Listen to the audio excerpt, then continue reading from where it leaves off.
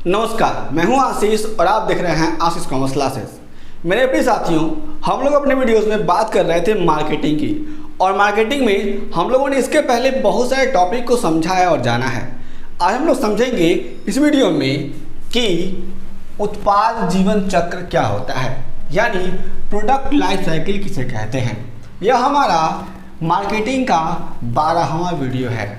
यानी इसके पहले हम लोगों ने 11 लेक्चर्स दिए हैं आप सभी को, जो आप सभी के लिए ही है। आप सभी लोग उन सारे के सारे लेक्चर्स को हमारे चैनल के प्लेलिस्ट में जाकर के देख सकते हैं। प्लेलिस्ट का नाम है प्रिंसिपल ऑफ मार्केटिंग। ठीक है, तो आप लोग इस प्लेलिस्ट में जा करके जो भी मार्केटिंग से वीडियो हैं रिलेटेड उसको देख सकते हैं। हम आगे बढ़ते हैं और समझते हैं कि मार्केटिंग में हम लोग आज के वीडियो में क्या क्या पढ़ने वाले हैं और क्या समझने वाले हैं। पहला है कि अर्थ यानी मीनिंग क्या कहता है उत्पाद जीवन चक्र का, यानी उत्पाद जीवन चक्र का मतलब क्या होता है, ये हम लोग समझेंगे सबसे पहले। दूसरा है परिभाषा यानी डेफिनेशन क्या कहता है प्रोडक्ट लाइफ साइकिल का, इसको हम लोग समझेंगे। अगला है तीसरा उत्पाद जीवन चक्र की अवस्थाएं। अगर कोई भी कंपनी है वह किसी भी प्रोडक्ट को लॉन्च करती है, बनाती है, तो उस प्रोडक्ट के जीवन चक्र की अवस्थाएं कौन कौन सी होती हैं, किन किन चरणों से होकर वह प्रोडक्ट गुजरता है, इसको हम लोग समझ लेंगे। अगला है चौथा यानी अंतिम हमारे पास आता है उत्पाद जीवन चक्र को प्रभावित करने वाले तत्व, यानी factors affecting product life cycle. तो यहाँ पर हम लोग इन तमाम चारों के चारों टॉपिक को हम लोग समझेंगे इस वीडियो में और जानेंगे जो हमारा प्रोडक्ट लाइफ साइकिल का टॉपिक है, वीडियो है। सबसे पहले हम लोग जानते हैं कि मीनिंग यानी अर्थ क्या होता है प्रोडक्ट लाइफ साइकिल का। इसके पहले मैं आप सभी को बता देना चाहता हूं कि जो भी आप लोग वीडियो देखेंगे हमारे चैनल पे, उन सारे के सारे वीडियो के नोट्स आपको हमारी वेबसाइट्स www.ashishcommerceclasses.com पर मिल जाएगा, और जो भी रेस्पेक्टिव वीडियोस होगा उस वीडियो के नीचे डिस्क्रिप्शन बॉक्स में भी आप सभी को नोट्स प्रोवाइड कर दिए जाएंगे। आप लोग सारे के सारे नोट्स का फ़ायदा उठाएं, पढ़ें अच्छी तरीके से और अच्छा नंबर लेके आएँ। आशा करता हूं कि आप सभी को हमारे वीडियोस जरूर पसंद आ रहे होंगे। हम लोग बात करते हैं पहले मीनिंग की। तो मीनिंग में कहा गया है कि किसी भी उत्पाद के बाजार में आने यानी प्रस्तुतिकरण से लेकर उसके बाजार से जाने यानी पतन तक की संपूर्ण अवस्था को उत्पादन जीवन चक्र कहा जाता है। ठीक है ना। कोई भी उत्पाद हो गया किसी भी कंपनी का, Tata, Reliance, Wipro, PNG, Hindustan Unilever limited, तो तमाम तरह की जो कंपनियां हैं, पतंजलि हो गया, कोई भी कंपनी हो गया, उसका कोई भी प्रोडक्ट हो गया, तो अगर हम लोग उसके बारे में बात करेंगे तो कोई भी कंपनी कोई भी प्रोडक्ट लॉन्च करती है तो उसके बाजार में आने यानी उसका जब इंट्रोडक्शन होता है, ठीक है ना, तो जब उसका इंट्रोडक्शन होता है उस समय से लेकर के जब वह बाजार से गायब हो जाती है, मतलब उसका डिक्लाइन फेज आ जाता है, उस अवस्था तक जो भी समय अंतराल है उसको हम लोग कहते हैं उत्पाद जीवन चक्र। जैसे कोई भी एक बच्चा है, वो पैदा हुआ, ठीक है ना, फिर वो फिर से चलने लगा, फिर और बड़ा हुआ, दौड़ने लगा, फिर उसकी शादी हुई, फिर उसके बाद से वो बूढ़ा हुआ, फिर मर गया। इसी तरीके से जो भी ये जीवन चक्र है, इसी तरीके से हर प्रोडक्ट के जीवन में क्या होता है, एक चक्र चलता है, उसी को हम लोग कहते हैं प्रोडक्ट लाइफ साइकिल। हम लोग यहाँ पे अभी डायग्राम के माध्यम से समझेंगे।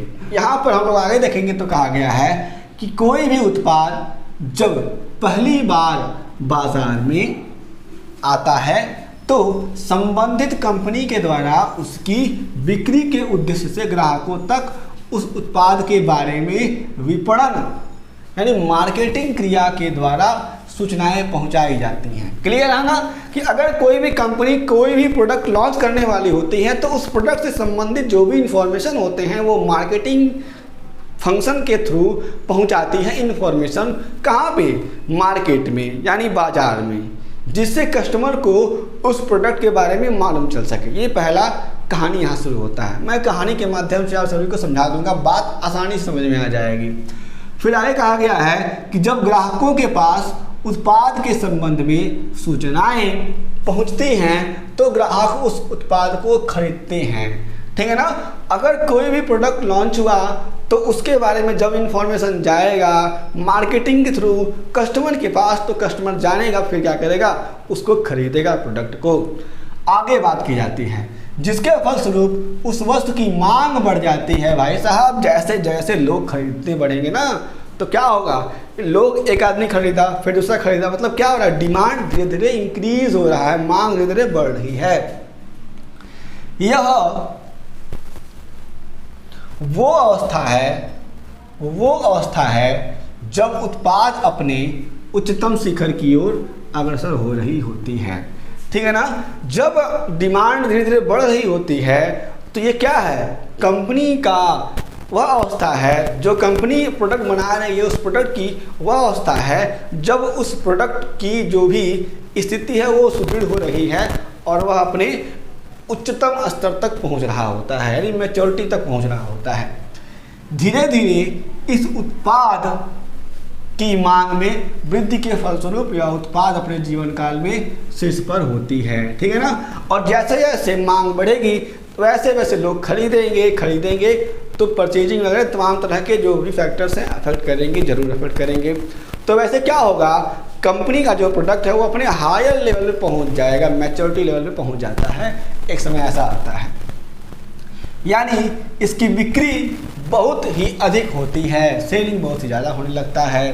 अंततः बाजार में नए उत्पाद के आने, मांग में कमी तथा अन्य परिस्थितियों की वजह से यह उत्पाद अपने पतन की अवस्था तक पहुंच जाती है। ठीक है ना। हो सकता है कि अगर कोई भी कंपनी है उसने कोई भी प्रोडक्ट लॉन्च किया, अब वो खूब बिक रहा है, फिर उससे कंपटीटर्स जो भी कंपनियां हैं उन्होंने सोचा कि यार इसकी यह जो कंपनी है इसका जो यह प्रोडक्ट है यह बहुत बिक रहा है, मार्केट में इसका ट्रेंड है, तो लोग क्या करते हैं उसी तरह का अन्य प्रोडक्ट लेके आने लगते हैं। ऐसे मान लीजिए आप लोगों ने देखा होगा कि यूट्यूब पे किसी भी एक टॉपिक पर कोई वीडियो बनाता है तो उसी टॉपिक पर बहुत सारे यूट्यूबर्स वीडियो बनाने लगते हैं। ठीक है। तो क्या होता है, इसी तरीके से कंपनियों के प्रोडक्ट के मामले में भी होता है। आगे बात करते हैं तो कहा गया है, इस प्रकार कहा जा सकता है कि किसी भी उत्पाद के बाजार में आने से लेकर उसके बाजार के जाने तक की संपूर्ण अवस्था उस उत्पाद का जीवन चक्र है। नॉर्मल सी बात है, बाजार में कोई प्रोडक्ट आया और बाजार से गायब होगा, इस समय को ही कहा जाता है उत्पाद जीवन चक्र। और डायग्राम से समझिएगा। ठीक है ना। ये कंपनी का सेल्स है, ये टाइम है। ठीक है ना। और PLC प्रोडक्ट लाइफ साइकिल की बात की जाती है। I for introduction, G for growth, M for maturity और D फॉर डिक्लाइन।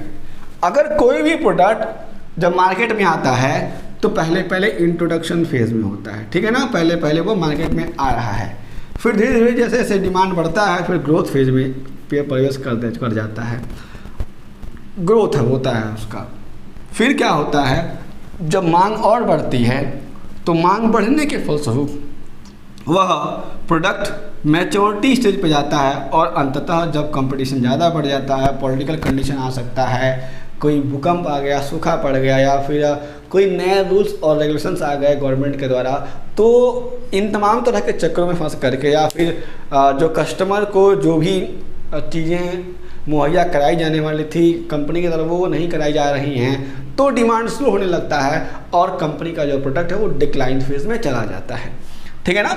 यहाँ पे कहने का मतलब है ग्रोथ बहुत तेज होता है। कोई भी कंपनी अपने प्रोडक्ट को मैच्योरिटी पर कितने समय तक रख पाती है ये उसके लिए बहुत ही अहम बात होती है। ये बात समझने वाली है। इसको मैं अलग वीडियो में समझा दूंगा बढ़िया से, कभी आपको बातें समझ में आ जाएगी केवल इसी डायग्राम को ही, क्योंकि इस पर मैं अगर समय देता हूँ तो बहुत सारा समय इस पर खिंच जाएगा आपको बातें समझाने में। हर एक पॉइंट पे हम लोग तमाम तरह की बातों को समझ सकते हैं। आगे समझेंगे हम लोग एक अलग से वीडियो में। मैं इसी प्लेलिस्ट में जा करके उस वीडियो को भी डाल दूंगा, यानी प्रिंसिपल ऑफ मार्केटिंग के प्लेलिस्ट में आप जा करके डायग्राम का मैं डाल दूंगा वीडियो, आप लोग वहाँ पे देख लीजिएगा। आगे चलते हैं दूसरा है परिभाषा यानी डेफिनेशन। डेफिनेशन जो है फिलिप कॉटलर का ही मैंने लिया हुआ है। नोट्स में 2 या 3 डेफिनेशन होंगे, आप लोग वहाँ पर जाके पढ़ लेंगे। ठीक है, फिलिप कॉटलर जी कहते हैं कि उत्पाद जीवन चक्र किसी उत्पाद के विक्रय उत्पाद के इतिहास की विभिन्न अवस्थाओं को जानने का प्रयास है। उत्पाद जीवन चक्र का मतलब क्या है कि किसी भी प्रोडक्ट के संपूर्ण जीवन में कौन कौन सी अवस्थाएं आई हैं, किस तरीके से प्रोडक्ट बिका है, किस तरीके से प्रोडक्ट का इंट्रोडक्शन हुआ है, ग्रोथ क्या हुआ है, मैच्योरिटी क्या है, डिक्लाइन क्या हुआ है, इन तमाम तरह की अवस्थाओं के बारे में जानने का प्रयास ही क्या है, प्रोडक्ट लाइफ साइकिल है, यानी उत्पाद जीवन चक्र है। ये बात कहते हैं फिलिप कॉटलर जी। डेफिनेशन आप लोग याद करेंगे, एग्जाम में नंबर बढ़िया आएगा, मैं आप सभी को गारंटी देता हूँ। अगला है तीसरा, उत्पाद जीवन चक्र की अवस्थाएं। ठीक है ना, stages of product life cycle. अगर कोई भी कंपनी अपने प्रोडक्ट के बारे में बात करेगी तो उस प्रोडक्ट के बारे में कौन कौन सी अवस्थाएं हो सकती हैं उसको हम लोग समझेंगे, उत्पाद जीवन चक्र की अवस्थाओं को समझेंगे। पहला है प्रस्तुतिकरण यानी इंट्रोडक्शन क्या हो सकता है। दूसरा है विकास यानी ग्रोथ स्टेज हमारे पास आता है, इंट्रोडक्शन आया फिर ग्रोथ आया। ठीक है ना, फिर क्या होता है परिपक्वता यानी मैच्योरिटी आती है किसी भी प्रोडक्ट के जीवन का काल में, यानी यहाँ पे डिमांड हाई होता है और कस्टमर ज़्यादा प्रीफर करता है इसी प्रोडक्ट को। ठीक है, फिर होता है अवनति या पता नहीं डिक्लाइन फेज आता है। ठीक है ना, फिर से कंपनी का जो प्रोडक्ट होता है वो डिक्लाइन फेज में चला जाता है। ठीक है, अब संतृप्ति यानी सैचुरेशन आता है। ठीक है ना, धीरे धीरे कंपनी का जब डिक्लाइन फेज आ जाता है तो लोग उस प्रोडक्ट को एकदम धीरे धीरे धीरे धीरे खरीदना बंद कर देते हैं और उसकी डिमांड धीरे धीरे कम होने लगती है। और हमारा इसमें अंतिम आता है अप्रचलन अथवा जरूरता या मृत्यु, ऑब्सोलेंस और डेथ ऑफ प्रोडक्ट्स। और उसके बाद से अंतिम अवस्था में उस प्रोडक्ट को लोग खरीदना पसंद ही नहीं करते, उसे किनारे कर देते हैं, तब वहाँ पे ऑब्सोलेंस स्टेज आता है। तो ये तमाम तरह के स्टेज हैं किसी भी कंपनी के प्रोडक्ट के बारे में, हम लोग इस बात को समझेंगे। अगला हमारा चौथा यानी अंतिम है कि उत्पाद जीवन चक्र को प्रभावित करने वाले तत्व यानी factors affecting product life cycle. कौन कौन से फैक्टर्स हो सकते हैं जो अफेक्ट करते हैं।